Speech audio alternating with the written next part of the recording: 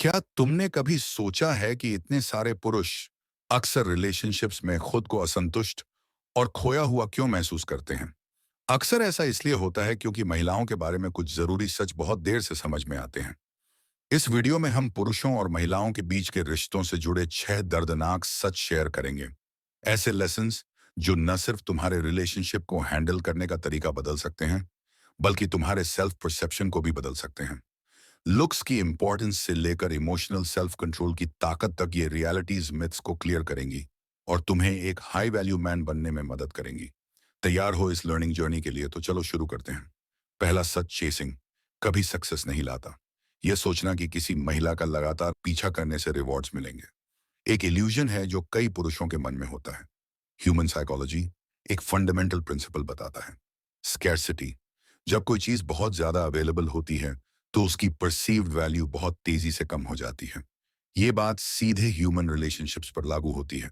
लगातार अटेंशन या वैलिडेशन की तलाश को कई बार डेस्परेशन के रूप में देखा जाता है, जो अट्रैक्टिवनेस को कम कर देता है। सोचो, एक ऐसा आदमी जो हमेशा मैसेजेस के लिए अवेलेबल रहता है, तुरंत रिप्लाई करता है और जरूरत पड़ने पर इंपॉर्टेंट मीटिंग्स भी कैंसिल कर देता है। ये एटीट्यूड कमिटमेंट की तरह लग सकता है, लेकिन अक्सर इसे सेल्फ प्रायोरिटी की कमी के रूप में देखा जाता है। कनेक्शन साफ है।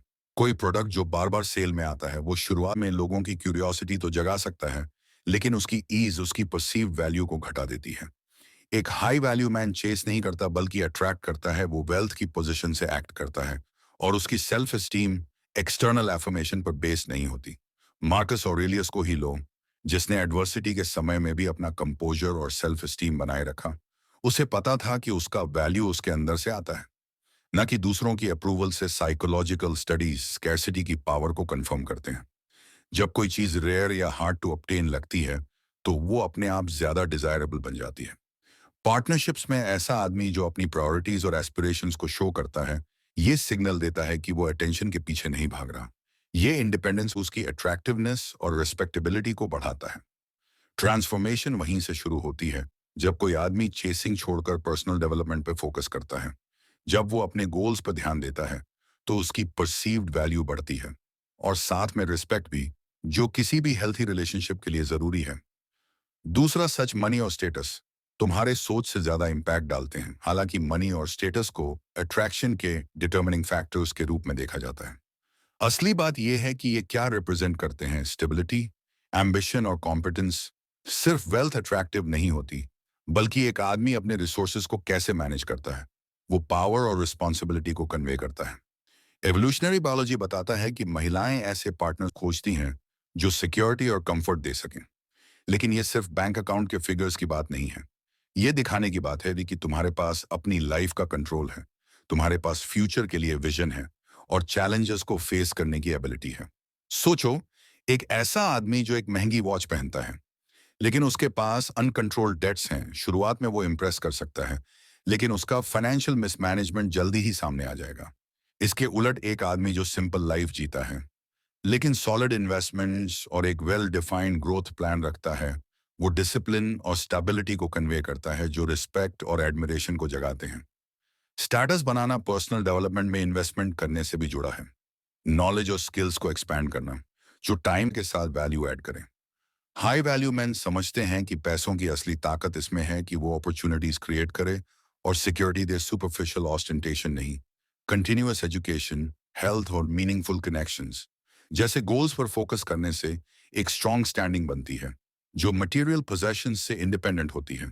जो पुरुष अपने रिसोर्सेज को लॉन्ग टर्म गोल्स पर लगाते हैं, वो एम्बिशन और टेनासिटी दिखाते हैं, जो उन लोगों के लिए क्रूशियल कैरेक्टरिस्टिक्स हैं जो एडमायर्ड और रिस्पेक्टेड होना चाहते हैं। स्टेटस एरोगेंस के बिना भी डेवलप किया जा सकता है। ये सिर्फ ग्रैंडियोज स्टोरीज या लग्जरी से इंप्रेस करने की बात नहीं है, बल्कि एक कॉन्फिडेंट पॉस्चर अपनाने की बात है, जो कॉम्पिटेंस और विजन को रिफ्लेक्ट करता है। एक ऐसा आदमी जिसे उसकी वर्क एथिक प्रिंसिपल्स और दूसरों की वेलबींग में योगदान देने की एबिलिटी के लिए जाना जाता है, वो ऑथेंटिक और लास्टिंग स्टेटस बनाता है। जब तुम फाइनेंशियल स्टेबिलिटी की तलाश में हो तो याद रखो, गोल सिर्फ वेल्थ एक्यूमुलेट करना नहीं है, बल्कि ऐसे लाइफ को क्रिएट करना है जो तुम्हारे वैल्यूज और पर्पस को रिफ्लेक्ट करे। ये ना सिर्फ हाई क्वालिटी पार्टनर्स को अट्रैक्ट करता है, बल्कि तुम्हारे कॉन्फिडेंस और सेल्फ रिस्पेक्ट को भी सॉलिड बनाता है। तीसरा सच, तुम्हारी अपीयरेंस तुम्हारे बारे में बहुत कुछ कहती है। फर्स्ट इंप्रेशंस कुछ सेकंड्स में बन जाते हैं और फिजिकल अपीयरेंस इसमें क्रूशियल रोल निभाता है। स्टडीज दिखाती हैं कि हम किसी की कॉम्पिटेंस, रिलायबिलिटी और यहाँ तक कि सक्सेस को भी उनकी विजुअल प्रेजेंटेशन के आधार पर जज करते हैं। अपीयरेंस सिर्फ ब्यूटी नहीं है, ये डिसिप्लिन, सेल्फ केयर और सेल्फ रिस्पेक्ट का रिफ्लेक्शन है। सोचो एक ऐसा आदमी जो कंसिस्टेंट एक्सरसाइज रूटीन फॉलो करता है, शार्प हेयर कट मेंटेन करता है और ऐसा कपड़ा पहनता है जो उसकी स्टाइल और ओकेजन को सूट करता है। वो न सिर्फ अपनी अपीयरेंस इंप्रूव करता है बल्कि ये भी कम्युनिकेट करता है कि वो खुद को वैल्यू करता है और सक्सेस के लिए प्रिपेयर्ड है। एक well tailored suit, groom beard या साफ शूज जैसी छोटी डिटेल्स भी दूसरों की परसेप्शन पर प्रोफाउंड इम्पैक्ट डालती हैं। अपीयरेंस सिर्फ कपड़े या फिजिकल शेप तक सीमित नहीं है। पर्सनल हाइजीन, पॉस्चर और बातचीत में आंखों में आंखें डालकर देखना भी उस इंप्रेशन का हिस्सा है जो तुम छोड़ते हो। जो पुरुष खुद का ख्याल रखते हैं वो सेल्फ कॉन्फिडेंस और सेल्फ अवेयरनेस का क्लियर सिग्नल भेजते हैं। जो हाईली अट्रैक्टिव कैरेक्टरिस्टिक्स हैं, हमारी बायोलॉजी हमें विजुअल क्यूज पर रिस्पॉन्ड करने के लिए तैयार करती है। महिलाओं के लिए किसी पुरुष की अपीयरेंस अक्सर ये बताती है कि वो खुद का ख्याल रख सकता है, जिससे सिक्योरिटी और स्टेबिलिटी का एहसास होता है। फिजिकल कंडीशन मेंटेन करना और स्मार्टली ड्रेस होना अटेंशन ग्रैब करने से कहीं ज्यादा है। ये दिखाता है कि इंसान खुद को हर एस्पेक्ट में अच्छे से प्रेजेंट करने की वैल्यू को समझता है। फिर भी ये समझना जरूरी है कि अपीयरेंस सिर्फ शुरुआत है। शुरुआत में अपीयरेंस अपीलिंग हो सकती है, लेकिन लॉन्ग टर्म कनेक्शन के लिए तुम्हारे प्रिंसिपल्स, बिहेवियर्स और इमोशनल इंटेलिजेंस मैटर करते हैं। एक truly attractive man physical appearance को कैरेक्टर और पर्पस की डेप्थ के साथ ब्लेंड करता है। इसलिए जब तुम अपने एक्सटर्नल अपीयरेंस में इन्वेस्ट करो तो पर्सनल डेवलपमेंट को भी इंपॉर्टेंस दो। एक्सरसाइज रूटीन एस्टैब्लिश करो, क्लॉजेट अपडेट करो, हाइजीन मेंटेन करो, लेकिन साथ ही माइंड और स्पिरिट को भी नर्चर करना मत भूलो। विजुअल प्रेजेंस और इनर स्ट्रेंथ का ये इरेजिस्टिबल कॉम्बिनेशन एक लास्टिंग और प्रोफाउंड इंप्रेशन क्रिएट करता है। चौथा सच, बहुत ज्यादा अच्छा होना एक फेटल मिस्टेक है। नाइस गाय ट्रैप एक कॉमन मिसकंसेप्शन है। ये सोच कि बहुत ज्यादा काइंड होना और हमेशा हाँ कहना लव और एक्सेप्टेंस लाएगा। ऑल्दो काइंडनेस एक वर्च्यू है, जब उसमें बाउंड्रीज और ऑथेंटिसिटी नहीं होती तो उसे वीकनेस के रूप में देखा जाता है। जेन्युइन काइंडनेस को कंप्लेसेंट बिहेवियर से अलग करना जरूरी है। जेन्युइन काइंडनेस वैल्यूज और इंटेग्रिटी को रिफ्लेक्ट करता है, जबकि कंप्लेसेंसी अक्सर रिजेक्शन के डर या वैलिडेशन की जरूरत से ड्रिवन होता है। सोचो एक ऐसा आदमी जो कभी अपने थॉट्स शेयर नहीं करता और हमेशा दूसरों के हिसाब से अपने प्लान्स बदलने को तैयार रहता है। शुरुआत में वो चार्मिंग लग सकता है, लेकिन धीरे धीरे उसका बिहेवियर डिसरिस्पेक्ट को जन्म देता है। क्यों? क्योंकि इससे पता चलता है कि वो अपने वांट्स और प्रायोरिटीज को वैल्यू नहीं देता। सोचो एक ऐसा दोस्त जो हर बात से सहमत हो। शुरुआत में अच्छा लगेगा, लेकिन जल्द ही उसकी सिंसेरिटी पर शक होने लगेगा और रिस्पेक्ट कम हो जाएगी। जेन्युइन काइंडनेस चार्मिंग होती है, लेकिन एडमिरेशन, इंस्पिरेशन से आता है। फर्मनेस से क्लियर बाउंड्रीज सेट करना स्ट्रेंथ और सेल्फ रिस्पेक्ट का डेमोन्स्ट्रेशन है, जो पुरुष जरूरत पड़ने पर ना कह सकते हैं। वो दिखाते हैं कि वो खुद को वैल्यू करते हैं। वहीं जो लोग हर डिमांड के आगे झुक जाते हैं, कॉन्फ्लिक्ट से बचने के लिए वो अपनी ऑथेंटिसिटी खो देते हैं। और दूसरों का रिस्पेक्ट भी सेटिंग लिमिट्स का मतलब रूड या इंसेंसिटिव होना नहीं है। इसका मतलब है ये क्लियर करना कि तुम्हारे लिए क्या एक्सेप्टेबल है। उदाहरण के लिए एक हाई वैल्यू मैन काइंड और कंसिडरेट हो सकता है, लेकिन वो अपनी प्रिंसिपल्स या वेलबींग को दूसरों को खुश करने के लिए सैक्रिफाइस नहीं करेगा। ये सेल्फ कॉन्फिडेंस और इंटेग्रिटी को दर्शाता है, जो हाई अट्रैक्टिव कैरेक्टरिस्टिक्स हैं। जब कोई आदमी सिर्फ फेवर पाने के लिए काइंड होता है तो वो इमोशनल रिलायंस दिखाता है, जो दूसरों को दूर कर सकती है। वहीं जो आदमी अपने पर्सनल आइडियल्स की वजह से काइंड होता है, वो दिखाता है कि वो इंटेंशन और जेन्युइननेस से एक्ट करता है, ना कि मैनिपुलेट करने या खुश करने के लिए। याद रखो कि एक हेल्थी और रिस्पेक्टफुल रिलेशनशिप को बनाए रखने के लिए काइंडनेस और फर्मनेस दोनों चाहिए होते हैं। जो पुरुष काइंडनेस के साथ स्ट्रेंथ ऑफ कैरेक्टर रखते हैं वो म्यूचुअल रिस्पेक्ट पर आधारित स्ट्रॉन्ग बॉन्ड्स बनाते हैं, लेकिन जो बाउंड्रीज के बिना बहुत ज्यादा नाइस होते हैं वो प्रिडिक्टेबल और अनइंटरेस्टिंग बन जाते हैं। पांचवां सच, इमोशनल सेल्फ कंट्रोल एक सुपर पावर है। कई पुरुष ये अंडर एस्टिमेट करते हैं कि अपनी इमोशंस को कंट्रोल करना सिर्फ इंटरनल पीस नहीं देता, बल्कि एक्सटर्नल रिस्पेक्ट और इन्फ्लुएंस भी बढ़ाता है। अनकंट्रोल्ड एंगर, जेलसी या इनसिक्योरिटी न सिर्फ रिलेशनशिप्स को नुकसान पहुंचाते हैं, बल्कि एक आदमी की परसीव्ड मैच्योरिटी को भी कम करते हैं। सोचो एक ऐसा आदमी जो छोटी छोटी बातों पर आउटबर्स्ट करता है या बार बार रीअश्योरेंस मांगता है। वो इंस्टेबिलिटी और डिपेंडेंस को प्रोजेक्ट करता है।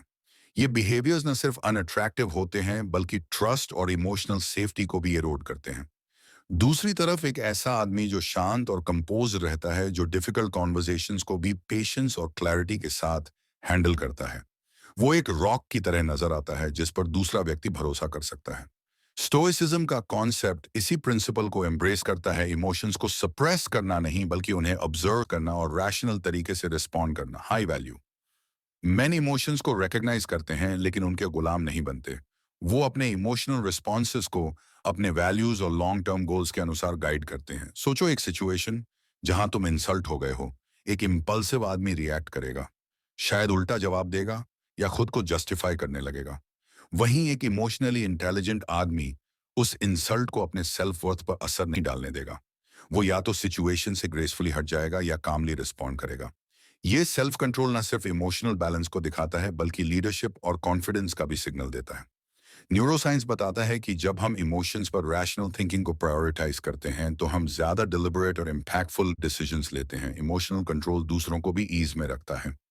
वो एक ऐसा एनवायरनमेंट क्रिएट करता है जहां ट्रस्ट और ओपननेस फ्लरिश कर सकते हैं, खासकर रोमांटिक रिलेशनशिप्स में जहां सेफ्टी और प्रिडिक्टेबिलिटी बहुत इंपॉर्टेंट होती है। अगर एक आदमी अपनी इमोशंस को मैच्योर तरीके से हैंडल करता है तो उसका पार्टनर ज्यादा सिक्योर और अंडरस्टूड महसूस करता है। इमोशनल मास्टरी सेल्फ अवेयरनेस से शुरू होती है। ट्रिगर्स को समझना, हैबिट्स को बदलना और इंट्रोस्पेक्शन का प्रैक्टिस करना। इसे मेडिटेशन, जर्नलिंग या प्रोफेशनल काउंसलिंग से भी स्ट्रेंथन किया जा सकता है। रिमेंबर, इमोशनल इंटेलिजेंस एक ट्रेट है जो डेवलप किया जा सकता है। और जब एक आदमी ये डेवलप करता है तो वो न सिर्फ अपने अंदर क्लैरिटी महसूस करता है बल्कि बाहर की दुनिया में भी एक सेंटर्ड और इम्पैक्टफुल प्रेजेंस बन जाता है। छठा सच, रिजेक्शन तुम्हारा वर्थ डिफाइन नहीं करता। रिजेक्शन पेनफुल हो सकता है लेकिन यह तुम्हारी वैल्यू का रिफ्लेक्शन नहीं है बल्कि एक कंपैटिबिलिटी टेस्ट है। फिर भी कई पुरुष रिजेक्शन को ईगो पर चोट की तरह लेते हैं और इससे अपनी कॉन्फिडेंस को डिफाइन करने लगते हैं। ये पर्सपेक्टिव डिस्ट्रक्टिव है और ग्रोथ को हिंडर करता है।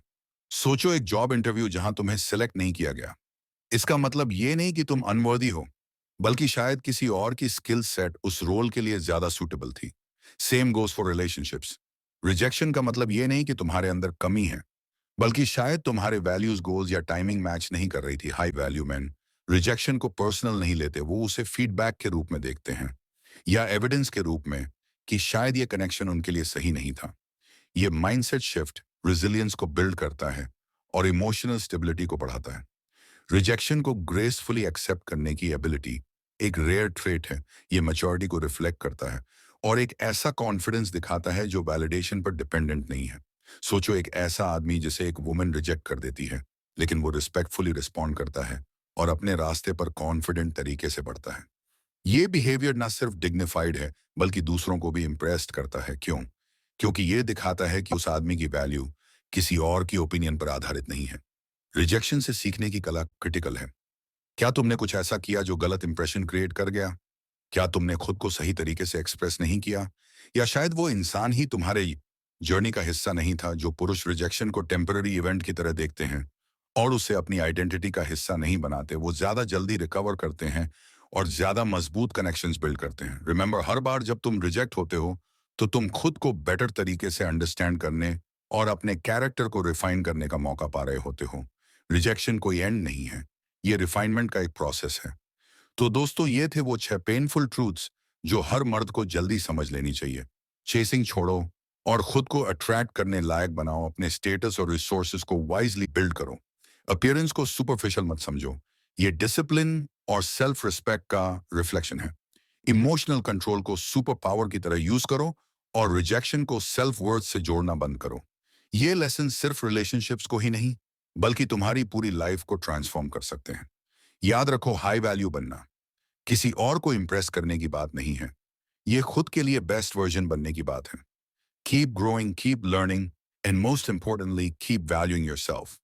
अगर तुम इन बातों से कनेक्टेड महसूस करते हो तो इस वीडियो को लाइक और शेयर जरूर करना और कमेंट्स में बताना कि इनमें से कौन सा ट्रूथ तुम्हें सबसे ज्यादा वैल्यूबल लगा। हम फिर मिलेंगे अगले वीडियो में एक और डीप और पावरफुल कॉन्वर्सेशन के साथ। तब तक के लिए stay strong and stay high value.